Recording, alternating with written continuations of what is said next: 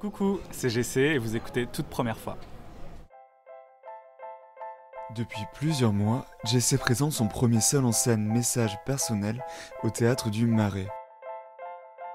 Pendant un peu plus d'une heure, l'humoriste de 30 ans va multiplier chutes et anecdotes inattendues, tout en se racontant avec humour et tendresse. Son enfance à la campagne, le harcèlement scolaire qu'il a subi, ou le fait qu'il est le fruit d'un adultère.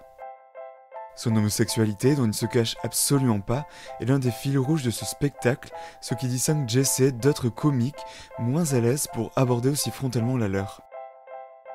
Jessé est le premier invité d'une série d'épisodes spéciaux de toute première fois, avec des artistes LGBT, pour le mois des fiertés, et pour lequel plusieurs enregistrements seront donc diffusés en juin, et non pas qu'un seul comme habituellement. Toute première fois, saison 3, épisode 10. Jessé.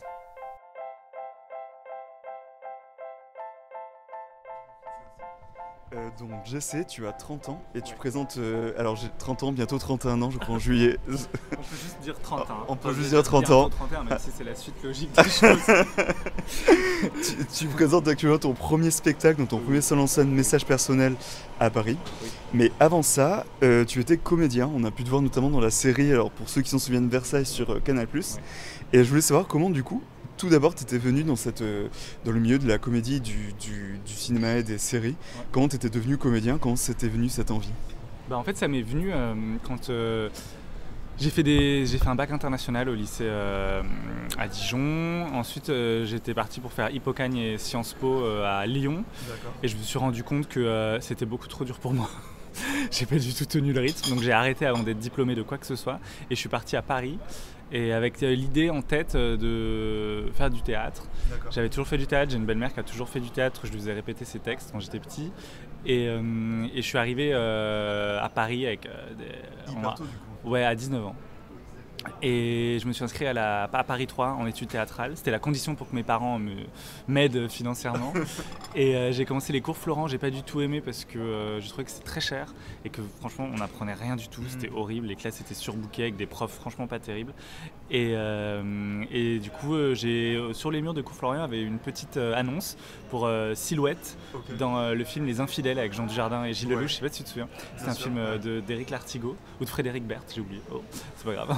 Et en fait, c'est plusieurs sketchs qui étaient réalisés par plusieurs réalisateurs, je crois. Et du coup, c'était ma première expérience de plateau. J'ai trouvé ça génial. Et je me souviens qu'il y avait une actrice sur le plateau et je lui ai demandé, mais elle avait l'air d'avoir un gros rôle. Et j'ai pris mon courage à deux mains et je lui ai demandé, comment t'as fait pour avoir ce rôle? Je connaissais rien, je venais de Dijon, de ma campagne, de ma ferme. T'étais toujours Paris 3. Ouais. Et elle me regardait, je me souviendrai tout le temps, hyper hautain. Et franchement, avec un regard de dédain, en disant, c'est mon agent qui a géré. Et j'étais là, Ah ouais, et là en fait dans ma tête ça a tilté, je me suis dit ok, faut que j'ai un agent. Et c'est comme ça que ça a démarré. Et tu te souviens qui c'est cette actrice Non, ou tu veux pas pas du dire tout. son nom? Non, je me souviens vraiment pas du tout. Non, c'était pas du tout quelqu'un de connu. D'accord. C'était une actrice juste qui devait avoir peut-être 3-4 jours sur le film, ce qui était toujours beaucoup plus que moi, qui avait une journée de figuration. Et je me souviens de ce truc de faut avoir un agent. Et c'est comme ça que je me suis dit. Et du coup, tu as démarché un agent et ensuite tu as commencé des auditions. J'ai passé des castings, j'ai décroché des petits courts-métrages, des petits téléfilms. Et puis de fil en aiguille, j'ai eu le petit rôle dans Versailles, ce qui m'a donné une belle visibilité. Et ensuite, j'ai fait la pièce avec Francis Huster et Régis Laspalès, une grosse pièce de théâtre populaire incroyable, c'était super. Pendant 2 ans, ça s'appelait À droite à gauche. D'accord. C'était de Laurent Ruquier, qu'on a joué au Théâtre des Variétés. Et ensuite, j'ai enchaîné avec 2 projets avec Cédric Clapiche, un biopic sur Molière et le Covid.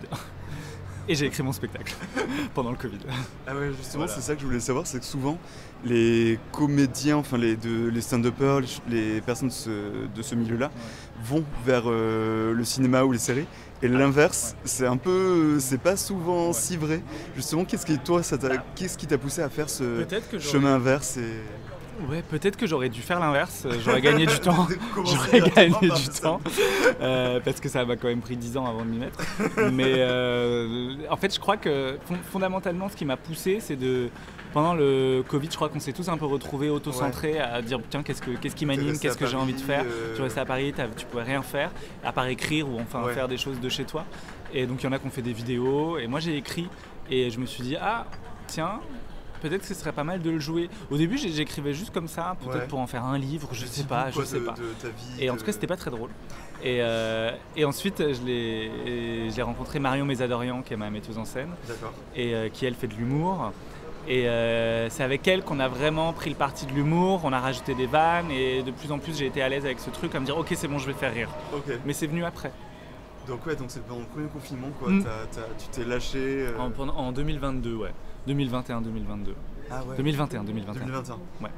Et justement, dans ce seul en scène, tu parles beaucoup de toi, c'est très personnel. Tu me disais donc au début que c'était une envie de toi pendant le confinement de faire Un ça. peu d'introspection. Ouais. C'est ça, tu parles de ton enfance à la campagne à Dijon, Oui. tu parles de tes parents, de ton père qui n'est pas ton père biologique mais qui est Oui. quand même ton père, de ton homosexualité, de tout ça. Est-ce que c'était dur justement, je me disais, d'écrire sur toutes ces choses-là personnelles, et donc l'humour est venu ensuite, de rajouter ensuite des blagues dessus. Comment ça s'est fait Alors, quand je raconte par exemple le fait que j'ai un géniteur, moi c'est une histoire qui est vraiment digérée parce que je l'ai toujours su. Mes Ouais. parents m'ont jamais caché.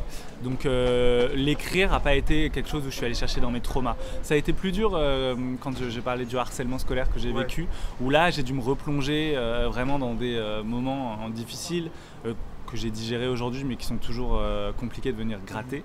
Et du coup, je me suis dit, déroule ta vie, elle n'est pas Ouais. forcément intéressante, on va essayer d'en faire quelque chose d'intéressant quand même pour que les gens en viennent et payent 20 balles. Mais au début, c'était plutôt comme une sorte d'introspection et de D'accord. coucher noir sur blanc, tiens. Qu'est-ce que ma vie, qu'est-ce qui fait un peu sa spécificité, mais aussi qu'est-ce qui pourrait toucher les gens dans Ouais. une forme d'universalité. Et c'est pour ça que j'ai eu envie d'interroger ce que c'était la famille, parce que moi j'ai vachement vécu toute cette période de manif pour tous, de grands débats sur un papa, une maman, qu'est-ce que les enfants, qu'est-ce que la filiation.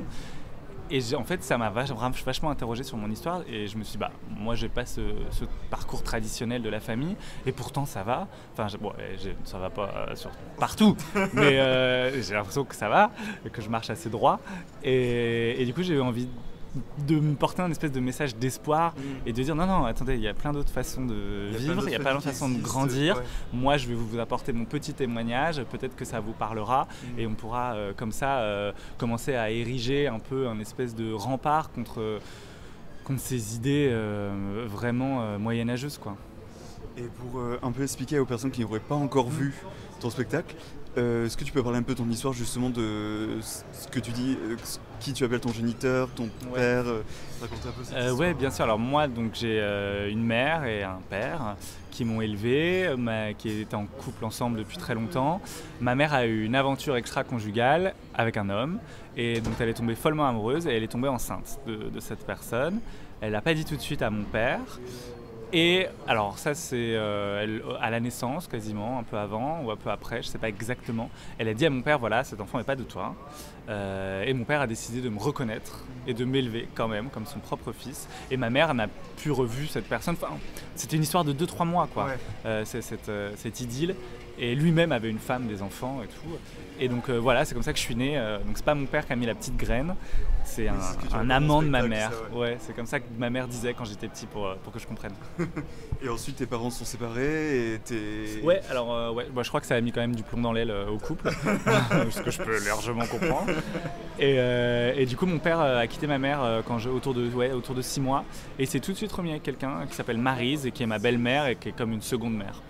J'ai beaucoup de parents impliqués dans mon éducation. Si des personnes sont intéressées pour en emprunter, je les loue.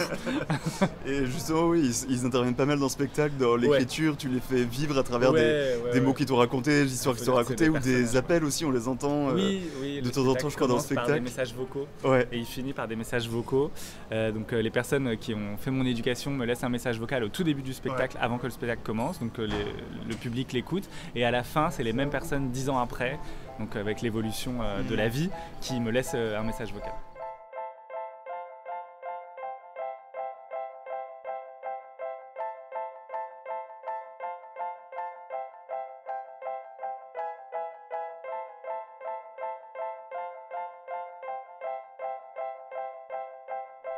écrit tout ça pendant le confinement, tu as trouvé ta metteuse en scène. Oui.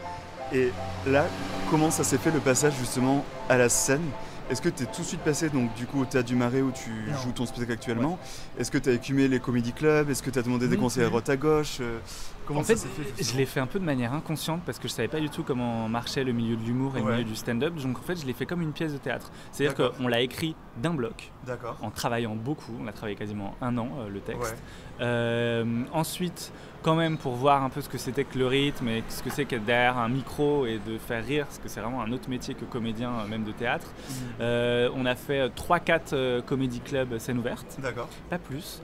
Et tout de suite, on a passé les essais dans la Petite Loge, qui est un super théâtre pour faire ses armes, qui est à Saint-Georges, de 25 places. Ah ouais. Ouais. Et c'est là qu'on a rodé.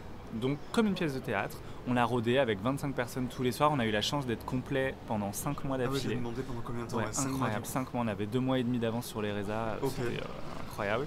Et donc c'est là que j'ai fait mes armes, c'était tous les mercredis à 21h, mais en huis clos, on n'invitait pas la presse, on n'invitait pas les producteurs, c'était vraiment pour moi apprendre en fait, Voir, pour comment muscler le la public pièce, pour voir là où ça réagissait, marchait moins, ce qu'il fallait modifier. Et donc ça a été la première étape de travail, on a trouvé une productrice, Émilie Cardinis, dans cette étape-là. Et ensuite, elle a décidé à partir d'octobre de cette année de nous faire jouer au Marais 2 fois par semaine. Donc là, c'est un peu la grosse machine qui s'emballe, mais on est toujours dans une phase de travail. Ouais, on l'exploite longtemps en fait, un premier spectacle. Le temps qu'on se fasse connaître, si on arrive à se faire connaître un jour. Et c'est 5-6 ans, quoi. C'est assez long. Familiariser toi aussi avec. Ouais, moi je vois, ça va. Marche plus, J'ai commencé donc vraiment en octobre. Donc là, ça va faire 5-6 mois, et je suis encore en train de me dire waouh, il y a des nouveaux trucs, on a changé encore plein de choses, et du coup je me dis c'est vraiment au bout d'1 an en fait, où en tout cas pour nous on fige jamais vraiment, mais en tout cas je vais me dire ok, là on peut envoyer les chevaux, là, je suis à l'aise. Là t'as déjà sécurisé certaines blagues, du coup celle-là elle change pas quoi. Là il reste 10%, mais c'est 10%, tu sais, comme quand t'as... Je vois un peu ça comme un sculpteur où tu dégrossis au burin et après il faut aller au détail, faire ce qui fera vraiment le côté sublime de l'œuvre. C'est vraiment le petit détail du drapé, de comment retombe le voile. Voilà. C'est une métaphore comme une autre. Qui sera peut-être dans le spectacle. Je sais pas si ça mérite la postérité. Et du coup, donc là t'es sur scène au Théâtre du Marais. Oui. Et est-ce que je me demandais, donc toutes ces choses-là très personnelles que tu racontes, qui étaient dures, tu disais, à écrire et sur lesquelles tu as rajouté de l'humour, est-ce que encore aujourd'hui, parfois quand tu les dis à l'oral, parfois tu as des petites choses qui tu dis waouh, je suis en train de raconter ça, c'est très personnel. Peut-être la toute première fois où tu as raconté ça sur scène, tu devais avoir un peu de mal peut-être à les dire ou pas forcément? Moi je le vis un peu à la fin du spectacle comme un espèce de rouleau compresseur. Parce que ça me épuisé, parce que ça remue en fait, mais pas de manière négative, juste c'est un fait, ça remue, ça me fait revivre plein de scènes et tout. Mais je trouve que c'est nécessaire aussi parce que j'ai tellement souffert du harcèlement scolaire que j'ose espérer que c'est devenu de plus en plus quand même un sujet national avec des campagnes de prévention. La parole se libère vachement par rapport à ça, notamment dans la cour du collège et de la primaire. Et j'ai envie d'apporter ma petite pierre pour dire que de 1, on s'en sort et qu'il y a des belles choses qui nous attendent en dehors. Et de 2, que il faut vraiment y faire attention quand on est parent. C'est pas juste la cour de récré, oui, bon, les gamins, c'est un peu violent, mais il faut que jeunesse se passe. Non, il faut vraiment qu'on soit vigilant là-dessus. C'était une des motivations après la filiation pour monter sur scène. C'est vrai que tu en parles beaucoup dans ce spectacle, et quand tu dis, j'ai l'impression qu'on est en train d'en prendre conscience, même s'il y a encore des éléments dramatiques comme le petit Lucas. Exactement. Et là, ils vont faire des lois dessus, donc j'imagine que ça aide bien, ce genre de spectacle. En tout cas, plus la parole se libère et plus les personnes qui ont vécu du harcèlement en parlent, parce que déjà c'est tout un cheminement pour arriver à en parler, pour arriver à en prendre conscience aussi que ça n'a pas été normal ce qu'on a vécu.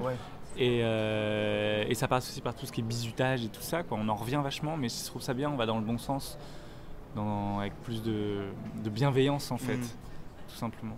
Toi, c'était par rapport à ton homosexualité que tu te faisais harceler au collège? Oui, j'étais trop efféminé, j'avais pas les bonnes manières, les bons gestes, je traînais qu'avec des filles. Et du coup, mais ce que je dis dans le spectacle, c'est que je pense que chaque personne est et harceler, mais il suffit juste de ne pas rentrer dans la norme en fait, et d'être un peu en marge. Si t'es un peu gros, si t'es roux, si t'es pédé, si t'es lesbienne, tout simplement. Enfin, en fait, tout est prétexte à ce que la meute te dévore parce que t'es le loup boiteux, quoi, en fait, tout simplement. Et donc ce spectacle, est-ce que tu crois que il est ouvert à tous les types de publics? Est-ce que tu as l'impression que justement, vu que tu parles de toutes ces thématiques-là très larges, tu as envie que tous les types de publics viennent? Bien sûr. Parce que tu fais aussi des blagues très crues sur tes relations et des choses comme ça. Donc est-ce que parfois tu te dis, mince, est-ce que je vais trop loin ou est-ce que... Alors je me dis pas ça. Non, jamais tu ne pas dans... Non. Non, et je laisse le public décider, et puis s'il trouve que je vais trop loin, bon bah il reviendra pas. Non, parce que je trouve que je vais pas trop loin. Non, mais peut-être que ça dépend de la sensibilité en fait de chacun. Bon bah tant mieux. Et non, pas du tout. Moi j'ai envie de parler au plus de gens possible et surtout aux gens en dehors de ma communauté, parce que je trouve qu'on fait changer les mentalités en s'adressant à des gens qui sont pas conquis, à des gens qui ont besoin de faire un chemin pour arriver là où on est. Et puis c'est plus intéressant de rencontrer des gens qui pensent pas comme nous et qui en sortant du spectacle auront peut-être un peu réfléchi, se seront peut-être un peu remis en question dans leur comportement ou dans leur façon de voir le monde et auront peut-être, j'espère, distiller à la fin du spectacle un peu plus d'humanité, un peu plus de bienveillance. Mais ça c'est vraiment personnel, je sais pas si à la fin on ressort de ça, ça se trouve on se dit c'était vraiment de la merde. Mais en tout cas j'aurais essayé à mon petit niveau. Non, moi quand j'en suis ressenti, j'étais mort de rire tout le spectacle. Bon, bah, et d'ailleurs, dans la salle, quand j'y étais, je crois qu'il y avait beaucoup de gens qui étaient morts de rire et des adultes. Et on s'est demandé justement si c'était pas ta famille qui était présente ce soir-là avec ma pote. Pas du tout. Bah, merci de la confiance en tout cas. Je suis capable de fédérer d'autres personnes que ma famille. Mais non, pas du tout. C'est assez surprenant. J'ai un public, encore hier, il y avait au moins 15 personnes, une salle de 100 places, il y avait au moins 15-20 personnes qui avaient plus de 65 ans. Alors je sais pas comment ils connaissent le spectacle. D'où le bouche à oreille se fait. D'où le bouche à oreille se fait. Mais en tout cas, c'est génial. Et puis ils sont hilars. Alors pas tous. Il y en a des fois, franchement, qui me regardent. Je suis en train de me dire, ils vont mourir en fait. Et il y en a qui rigolent. Et sur les plus grosses vannes de cul, t'as des petites mamies, elles sont hilars. Ça me fait trop rire. Et dans ton spectacle, du coup, c'est très écrit, mais je crois que tu fais un peu d'impro aussi, parce que le alors soir toi, où tu l'as j'y vu étais... en décembre. Ah, c'est peut-être ça. Alors, soir où j'y étais, parfois, tu répétais déjà, tu dis, bon, ben là, je suis vraiment totalement en impro. Je me rappelle, t'étais... Oui, tu disais, tu disais, je suis en roue libre. Et exactement ce que tu disais, je dois le rattraper, je me rappelle, tu disais... En fait, c'est difficile quand je veux me lâcher de plus en plus, donc je lâche le texte de plus en plus. Donc j'ai des périodes, des passages un peu improvisés, mais que je choisis pas, qui sont vraiment tout le temps comme ça, qui viennent à l'improviste. Et c'est vrai qu'après j'ai du mal à retomber sur mes pattes parce que je pars tellement loin que je suis en mode waouh, où est-ce que j'en suis? Donc, des fois je regarde mon texte. Mais les gens ils aiment bien parce que c'est du spectacle vivant, faut qu'on se laisse. Franchement, si tout est cadré, et ça j'essaye d'en sortir de plus en plus, on se fait chier au bout d'un moment. Faut réussir à sortir et à avoir de l'imprévu. C'est aussi ça que les gens viennent voir. Sinon ils vont au cinéma ou devant Netflix. Mais je crois que quand on vient voir un spectacle vivant, on vient voir un humain, et un humain, il y a des défauts et c'est perfectible. Donc c'est intéressant de voir ça, de voir le défaut, de voir la faille. D'ailleurs c'est là où il y a le plus gros rire. Les gens ils viennent te voir foirer. Ils viennent pas voir un beau texte, on en a rien à foutre. Les gens, j'ai jamais eu d'aussi gros rire que quand je raconte n'importe quoi et qu'ils savent très bien que j'en sais pas où j'en suis. Oui, mais c'est pas parce que tout simplement. Non, c'est pas parce que tu te plantes, c'est parce que c'est drôle. Bien sûr que c'est ce qu'il faut se dire. La nature humaine est perverse. Écoute-moi bien.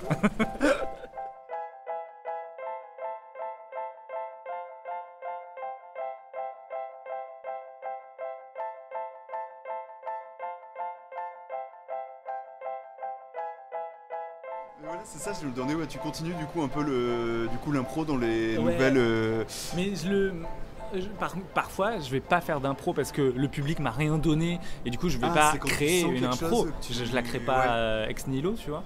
Mais par contre quand il y a une personnalité un peu forte dans le public qui se fait remarquer ou qu'il se passe des trucs, des bruits, des machins, parce que le théâtre du Marais est clairement hanté. Je te jure, quand c'est pas la chaudière, c'est un projecteur qui menace de lâcher, ou c'est quelqu'un qui hurle dans la rue et on entend tout. Et du coup, ça je m'en sers. Je m'en sers. Ou même moi, quand je bafouille, quand je dis clairement pas du tout le texte, que genre j'invente, je suis en mode waouh, je sais pas du tout ce que. Donc ça, j'en joue. Mais ça dépend vachement de ce que le public il donne aussi. C'est marrant, quand on est en confiance, si t'entends un truc, tu te dis tiens. Quand le public rigole pas. Tu peux créer quelque chose quoi. Bah oui. En fait, le spectacle vivant, je trouve que plus le public te donne, plus toi tu te sens libre, tu es en confiance et du coup plus tu es à ton meilleur et plus tu es en mode bon bah je leur fais ils me font confiance, je leur fais confiance, je peux lâcher la rampe. Mais quand je le sens pas, je le fais pas. Je reste un peu dans mes clous, plus ou moins. Ça dépend vraiment. Il y a des gens qui ont vu le spectacle 3-4 fois. Ah oui. Parce que je les paye évidemment. Ah oui, des fans hardcore. Je sais pas, mais en tout cas qu'on m'a aimé. Et ils m'ont dit c'est fou, c'est jamais le même spectacle. Ah, ça c'est chouette. Et ça, c'est ça, je suis content, ouais. Ça, je suis très content. Ouais, parce que du coup, c'est intéressant. Tu dis, bon, ben là, au moins, ils sont pas chiés 4 fois à voir le même spectacle. S'ils amènent leurs enfants, leurs parents, leurs. C'est exactement ça. C'est ça, ils amènent souvent des membres de leur famille. Des membres de leur famille, leur mère. Plein de gens de 20-25 ans amènent leurs parents de 55-60 et c'est comme ça qu'après je me retrouve avec des quinquas dans ma salle. Et t'es gêné de qu'est-ce que je peux dire là ce soir? Non, j'aime bien, franchement. Pour le coup, j'adapte pas du tout mon texte en fonction de la salle. Non, je leur livre la même chose, ce que j'ai à dire, je change pas en fonction de mon public. Et tes parents sont déjà venus te voir du coup sur scène ou... plein de fois. Et là, c'est plus gênant ces moments-là ou... Je suis plus stressé, un peu plus stressé parce que j'ai envie qu'ils soient fiers et j'ai envie de pas me tromper, j'ai envie que la salle soit remplie, du coup j'ai une pression. Mais non, franchement ils sont géniaux. Hein. Et mon père est en larmes à chaque fois, parce que c'est quand même une déclaration d'amour à mon père, ce spectacle. Et ma mère est toujours un peu tu parles pas beaucoup de moi. Voilà. C'est mignon. Les parents. Ouais. Exactement. Ouais. Mais c'est chouette d'avoir le soutien de ses parents. C'est ce que je raconte. Enfin, c'est chouette à la fois dans le coming out et dans le soutien dans la vie de tous les jours et dans les projets professionnels. C'est vraiment une force. Moi, j'ai une famille. Franchement, j'ai eu beaucoup de chance, très aimante. Quand bien même, elle n'est pas traditionnelle, tu vois. Ouais. Puis surtout dans ce milieu-là, j'imagine, où du coup, si t'as pas des gens derrière qui s'accrochent avec toi, ça peut facilement, j'imagine... C'est un milieu dur, la compétition est rude, il y a beaucoup de spectacles, il y a beaucoup de comédiens, beaucoup de gens ont beaucoup de talent, et du coup, de se faire sa place, c'est très dur. Financièrement, premièrement, de tenir, de vivre à Paris, de petit projet en petit projet. Donc si on n'a pas un soutien familial sans faille et de l'amour et de la confiance et qui nous porte, on peut vite abandonner. Ouais. Et justement, du coup, ce spectacle, donc c'est ton tout premier seul en scène que tu joues depuis, du coup, on peut dire presque 1 an et demi si on prend ton rodage. Non, 1 an, parce que si on prend mon rodage, j'ai commencé en février-mars. Ah ouais, donc là ça fait 1 an. Si on compte le rodage, c'est 1 an, et si on compte juste le début de l'exploitation au Marais, c'est ça. Et justement, on a parfois un peu honte de ces premières fois dans tous les domaines, que ce soit sexuel, sentimental ou voilà. Qu'est-ce que toi tu ressens avec cette première fois au théâtre? Est-ce que quand tu te souviens des premiers rodages, tu te dis qu'est-ce que je disais, qu'est-ce que c'était, ou est-ce que tu es plutôt fier d'avoir commencé avec ce spectacle et de encore le jouer? Comment tu le vois comment tu la vois cette première fois? Moi en tout cas je suis très fier de ce premier spectacle parce que il est vrai et honnête. J'ai pas joué à un jeu Marapus. J'ai pas été dans l'hypocrisie en fait. Et non, sérieusement, je trouve que vraiment, en tout cas, j'ai mis toutes mes cartes sur la table. J'ai pas menti. T'as rien à raconter là sur ta vie du coup. J'ai gardé un peu de. J'en ai gardé sous la pédale, c'est le cas de le dire. Et je crois qu'en tout cas, je me suis livré de la manière la plus franche et honnête possible, sans artifice. Tu vois, même dans la mise en scène, on fait pas de grands gestes, on se déplace pas, il n'y a pas un décor qui prend toute la place ou une musique. Il y a une couleur verte qui est un peu présente. Oui, bon, il y a peut-être une couleur verte sur laquelle j'ai fait une fixette. Mais aujourd'hui tu es habillé en rouge, donc du coup je suis un peu déçu, je pensais que ce serait... En fait c'était pas filmé, du coup je me suis dit mais ok, tu me balances, très bien, je vois très bien, ok. Non, j'avoue, la couleur verte en fait au début c'est parti de juste pour l'affiche et parce que on avait un mur vert à la maison avec mon ex et c'est sur ce fond vert qu'on a fait la première version de l'affiche et ensuite je suis parti dans un délire et plus personne ne m'a arrêté. C'est-à-dire que dans l'affiche verte, je suis parti à maintenant toutes les promos, faudrait que je les fasse en verte. Mais attends, le décor, on va le faire en vert, le costume va être en vert. Le téléphone est vert aussi, je crois. Le téléphone, tout est vert. J'ai complètement lâché la rampe. Et maintenant, du coup, je me retrouve pris dans mon propre jeu de devoir tout le temps être en vert. Et là, j'avoue, c'était pas filmé. Je me suis dit, je vais mettre du rouge. Pas de pression aujourd'hui. Mais le téléphone est vert. Mais toujours cette même teinte un peu vert. Ouais, c'est vert d'eau, lichen chez Faro Ball. ça t'intéresse. Qu'est-ce qu'on racontait? Tu vois, c'est coup, ça dans le spectacle. Exactement. Je fais ça, je pars et après je sais plus où j'en suis. Mais là, tu vois, là c'est mon rôle du coup de reprendre. Là, t'es pas tout seul, mais non, mais tu disais en fait que t'as pas honte de ta première fois. Non. Parce que t'as dit tout ce que tu voulais dire, non, très personnel. J'ai pas honte parce que aujourd'hui, je regarde ma première fois au théâtre avec beaucoup de bienveillance et tout le travail accompli depuis là. Forcément, je me dis ah ouais, moi j'étais persuadé d'avoir accouché d'un spectacle génial. Je regarde la première fois, je me dis ouais, c'était bien de la merde. Donc je suis j'ai une metteuse en scène qui me fait des retours. Donc elle est très cash et elle est très contente du travail qu'on a fait et de là où on est aujourd'hui. Et donc je suis très content d'avoir évolué, d'avoir un spectacle qui est chouette et qui est aujourd'hui qui me ressemble encore plus parce que au début j'étais un peu monté sur scène avec un masque social qu'on a tous et on veut être intelligent, on veut que les gens nous aiment, puis on veut être drôle, puis du coup et en fait on n'est pas vraiment nous-mêmes parce qu'on a peur que les gens nous aiment pas.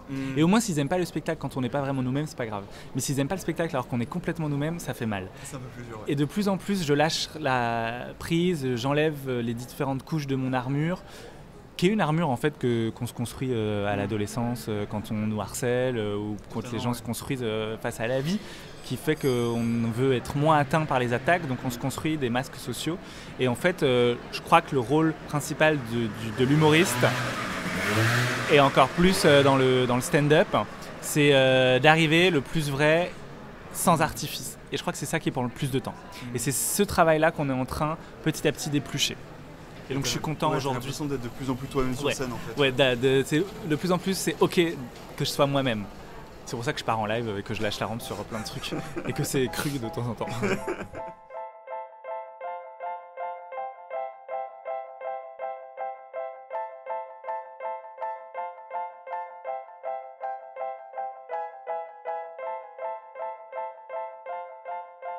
Justement, en parlant d'être toi-même, là, cet épisode va être un peu dans un ensemble de grands épisodes pour le mois des fiertés. Ouais. Et du coup, tu parles justement de ton homosexualité sur scène. Ouais. Tu sais que c'était important pour toi de parler de filiation et du harcèlement, mais du coup, tu parles aussi beaucoup forcément parce que c'est lié au harcèlement aussi, l'homosexualité. L'homosexualité, c'est uniquement pour vendre des tickets. Ça, c'est, je suis complètement hétéro, ça me dégoûte même, ces actes contre nature. Non, évidemment. C'était important pour moi de parler de l'homosexualité, mais de ne pas en faire un sujet. Je sais pas si dans le spectacle, il n'y a aucun moment où je dis voilà, je suis gay. Non, on le comprend évidemment. Oui, ça l'est comme une autre partie de toi. Ouais, ça l'est comme l'hétérosexualité peut l'être dans un spectacle. Tu vois, quand les gens ils nous parlent de leur premier date, de leur meuf, je parle par elle, sauf que c'est mon mec et puis c'était des relations homo. Mais je prends un peu le contre-pied de ça. Et en tout cas, évidemment, j'en parle à travers le harcèlement parce que on m'a harcelé parce que j'étais homo. Mais si j'avais été gros, encore une fois, on m'aurait harcelé pour ça. Et si j'avais été trop maigre, on m'aurait harcelé pour ça aussi. Donc c'est ça que j'aime à la sortie du spectacle quand des personnes m'attendent. Ça arrive pas tout le temps, mais ça arrive quelquefois. Et ils me disent alors moi je suis pas homo, mais j'ai été aussi harcelé, je me suis retrouvé dans ton discours. Ça, je suis trop heureux. Quand les gens n'ont pas mon vécu, mais qui se retrouvent dans ce que je peux dire, ça, je me dis ah ben t'es pas monté sur scène pour rien ce soir. Mais c'est important pour toi de pas cacher notamment ton homosexualité. Je me demandais, est-ce que tu as l'impression qu'on manque justement d'humoristes ou d'acteurs LGBT et out et proud? Je pense que déjà on a besoin de plus en plus de représentation. On a besoin de modèles. Moi j'aurais adoré grandir avec des séries hyper queer, avec des modèles hyper queer. Et on n'en avait pas dans les années 90. Et très très peu quoi. Stevie du Loft. Et ce qui était déjà bien en soi, c'était une pierre à l'édifice, mais c'était de la télé-réalité et puis il fallait qu'on avance quoi, et puis il en fallait plus, il fallait le normaliser. Et je trouve qu'aujourd'hui on a besoin de normalisation et de représentation, et ça passe par des prises de parole de gens plus ou moins connus, plus ou moins artistes, qui revendiquent ou pas, mais juste qui sont là et qui se cachent pas d'être homo, d'être bi, d'être transsexuel. Et je crois que le combat, quand tout le monde convergera dans ce combat-là, les féministes, les homos, les trans, les gouines, enfin, on pourra être visible de tous, unis, et on pourra ne plus être en dehors de la norme. Et je crois que c'est ça, mais après c'est pas mon combat particulier, chacun avance, c'est compliqué un coming out, je sais qu'il y a plein d'acteurs, plein d'humoristes qui peut-être sont homo, peut-être sont bi et osent pas faire leur coming out, et c'est aussi ok, chacun doit avancer à son rythme. Moi j'estime que c'est juste ma part du taf de dire bah oui je suis gay, j'en fais pas un drapeau, mais j'en fais pas non plus une honte, et si on me posait la question je dis je suce des bites, et voilà, et on devrait tous sucer des bites, et je peux vous dire qu'il y aurait moins de guerre dans le monde. Ouais, ça c'est sûr. Une bien belle devise. Pour le spectacle, pour l'affiche. Le titre du prochain spectacle, je pense. Ah, justement, j'allais dire, c'est quoi la suite? Non. Ouah, si mes attachés de presse entendaient ce que je suis en train de dire, c'est n'importe quoi. Je me reprends. Donc la suite c'est juste faire vivre ce spectacle, peut partir en tournée. Là j'ai la chance de faire au théâtre de la Renaissance pour la Pride un stand-up qui sera capté pour Canal+.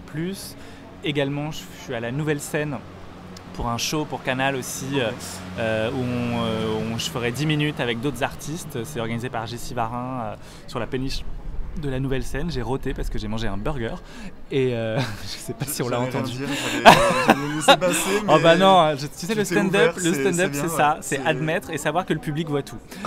Donc voilà. C'est avancer, c'est faire vivre le spectacle, le faire connaître le plus possible. Et t'aimerais partir en tournée en France, ça c'est prévu, je crois. Ouais, c'est prévu au printemps. On l'a pas encore annoncé, mais c'est prévu au printemps 2024. D'accord. Voilà. Et là, à la rentrée, je recommence au Théâtre du Marais, les jeudis et vendredis à 19h30. Et là, je suis au Théâtre du Marais, c'est les jeudis et vendredis à 21h. Ah ouais, donc tu passes le créneau un peu au-dessus, quoi. Non, en fait, c'est pareil. C'est juste que l'été, c'est mieux faire 21h parce que les gens sont en terrasse, ils ont envie de picoler avant, ce que je peux complètement comprendre. Et en hiver, c'est bien, les gens ont envie de rentrer tôt chez eux, donc du coup, 19h30, c'est bien. Donc voilà. On ira te voir du coup, te revoir au Théâtre du Marais. J'espère, avec plaisir. Merci, je sais. C'était trop cool, merci à toi. Merci à tous d'avoir écouté cet épisode. Vous pouvez retrouver toute première fois sur Spotify, Deezer, Apple Music et Google Podcast et également aller suivre et liker les pages Twitter et Instagram. Merci.